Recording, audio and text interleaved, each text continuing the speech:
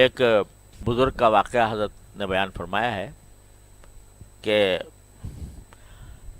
ایک صاحب تھے، انہوں نے ان بزرگ کی شہرت بہت سنی تھی کہ بھائی بڑے پیر ہیں، بڑے شیخ ہیں، اور بڑے لوگوں کی اصلاح ہوتی ہے ان کے پاس جا کر. تو یہ بڑے شوق کے ساتھ ان کی خدمت میں حاضر ہوئے اور بیعت کرنے کے لیے اور ان سے تعلق قائم کرنے کے لیے. جا کے دیکھا تو وہ تو تجارت چل رہی ان کی، مال آ رہا ہے اور جا رہا ہے اور تجارت میں لگے ہوئے.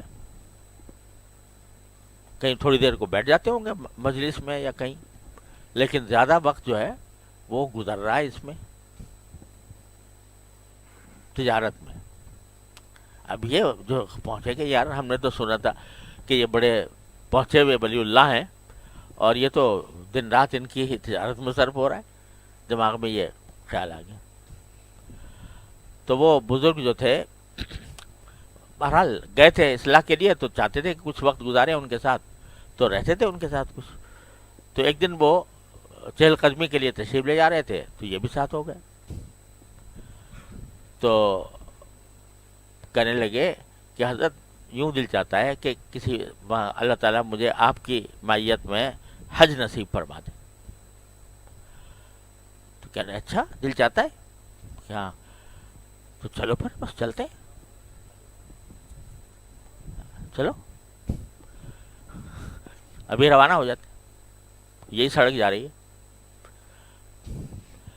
تو انہوں نے کہا حضرت میری ایک چادر پڑی ہے وہاں پر، وہ میں ذرا اٹھا لاؤں خانقاہ سے.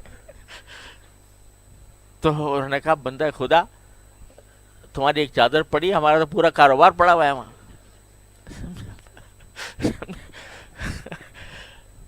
تو یہ بتایا کہ وہ تیرے چادر تیرے لیے دنیا ہے اور یہ کاروبار میرے لیے دنیا نہیں ہے. کیوں؟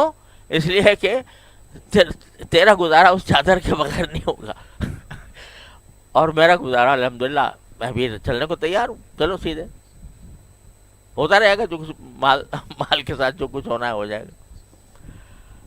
تو کیا حاصل کہ دنیا وہ ہے جو انسان کے دل میں گھس جائے اور دل سے باہر باہر ہو اور دل ادھر لگا ہوا ہو اللہ تعالیٰ کی طرف، تو وہ دنیا نہیں ہے، وہ دنیا نہیں ہے.